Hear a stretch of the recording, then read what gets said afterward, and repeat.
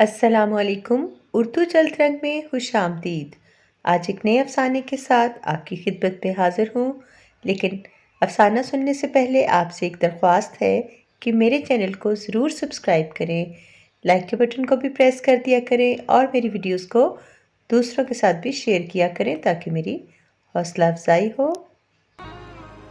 Flips کے 100 what کے پیلے مدکوب بلب کی روشنی تھوڑی زیادہ ہو سکتی تھی اگر اس پر مٹی کی 20 تہ نہ جمی ہوتی۔ سالوں سے استعمال ہوتے اس بلب کی روشنی مٹی کی تہ سے اور زیادہ مدھم لگتی۔ اوپر سے گھرر گھرر چلتا پنکھا فضا کو اور زیادہ دل آزار بنا دیا کرتا، مگر یہ سب کچھ کسی باہر سے آنے والے انجان فرد کو محسوس ہوتا تھا۔ گھر کے دیگر افراد اس کے عادی تھے۔ صابرہ اسی پیلے سے بلب کی روشنی میں رات بھر سلائی مشین میں دھاگا ڈال ڈال کر کپڑے سیتی، اور سائرہ، شاکرہ اور صابر بھی اسی ایک کمرے میں اپنے اپنے کاموں میں لگے رہتے۔ صابرہ جو کپڑے سلائی کرتی، سائرہ ان کپڑوں کے کاج بناتی، ترپائی کرتی، شاکرہ کڑھائی کے ساتھ ساتھ دوپٹوں پر کروشیا کے کام بھی کرتی۔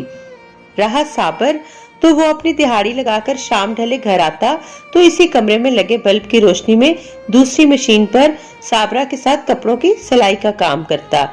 اماں سارا دن گھر کی صفائی، برتن، کپڑے اور کھانے کے نام پر پیاز ٹماٹر کے سالن اور روٹی بنانے کی ذمہ داریاں اٹھائے بیٹھی تھیں۔ ان کا کچھ وقت ان کاموں میں گزر جاتا، باقی وقت وہ اس ایک اکلوتے کمرے کے باہر بچھے تخت پر لیٹے بیٹھے گزار دیتی۔ اس تخت کے ساتھ ہی مٹی سے لپا ہوا چولہا تھا اور 2 دیواروں کے ساتھ بیچ میں تیسری دیوار ڈال کر غسل خانے اور لیٹرین کا کام لیا جاتا تھا، جن کے آگے 2 پردوں کا دروازہ تھا۔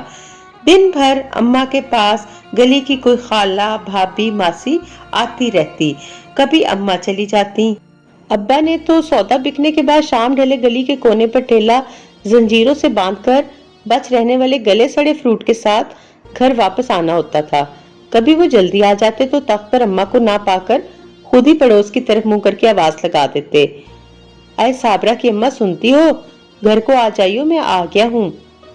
اماں آواز سنتے ہی لشتم پشتم گھر آتی اور آتے ہی گرم مگر بجھے ہوئے چولہے پر رکھی پتیلی میں سے ایک چمچہ بھر کے سالن کٹوری میں ڈال پرات کے نیچے رکھی کپڑے میں لپٹی روٹی نکال کر ابا کے سامنے تخت پر رکھ دیتی، ساتھ ہی گھڑونچی میں سے پانی کا کٹورا بھر کر رکھ دیا کرتی۔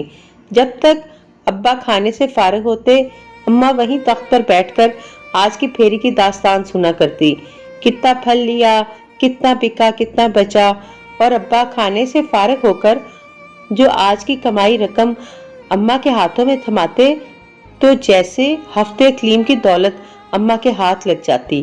اس رقم کا بڑا حصہ تخت کے نیچے لوہے کے ٹرنک میں رکھی گلک میں ڈال کر چند مڑے تڑے نوٹ لے کر کل کے کھانے کی مینیو ترتیب دیتی، جو بہت آسان تھا۔ 1 پاؤ پیاز، آدھ پاؤ ٹماٹر، کبھی زیادہ پیسے مل گئے تو دال یا سبزی، ورنہ پیاز ٹماٹر تو روز کی ڈش تھی ہی۔ اچار گھر میں، نمک مرچ اور کھلا تیل پاؤ بھر گھر میں موجود رہتا ہی تھا۔ بڑی اچھی گزر بسر ہو رہی تھی۔ بچے جو کماتے وہ سب سے لے کر لوہے کے ٹرنک میں چھپے اسی گلک میں جمع ہوتا جاتا۔ اے صابرہ کے ابا، اللہ کا کتنا کرم ہے ہم پر کہ وہ ہماری گلک کو بھرتا جا رہا ہے۔ جب بچے چھوٹے تھے کتنے مشکل دن گزارے ہم نے۔ اماں نے یاد کرایا تو ابا بھی ماضی میں چلے گئے کہ جب ان کی شادی ہوئی تھی تو یہی ایک کمرے کا ایک کونا 4 اطراف پردے تان کر ان کا حجلہ عروسی بنا دیا گیا تھا، اور ان پردوں سے باہر کمرے کا حصہ ان کے ماں باپ اور 4 بہنوں کی رہائش تھا۔ جب کمرے سے باہر کی 4 دیواری میں چھت نہیں تھی کہ تخت رکھ کر دن رات گزاری جاتی، بس کمرے کے باہر صرف 3 دیواریں تھیں جو چولہا، بالٹی اور لوٹے کی تقسیم کے لحاظ سے استعمال کی جاتی۔ بالٹی اور لوٹے کی 2 دیواریں ٹاٹ کی بوری کے پردے سے مزین تھیں اور چولہا بغیر پردے والے حصے میں تھا۔ ان کی شادی ہوئی تو خوشحالی اس طرح سے آئی کہ ان کی بیوی کپڑوں کی سلائی کڑھائی کا ہنر جانتی تھی۔ اس ہنر کو اس نے اپنی شادی کے بعد 4 نندوں میں منتقل کر کے اس کو آمدنی کا ذریعہ بنایا۔ پہل پرانی سی ایک ہی سلائی مشین سے سب نے ہنر سیکھا، پھر اسی مشین سے کما کر 2 مشینیں مزید خریدنے کے بعد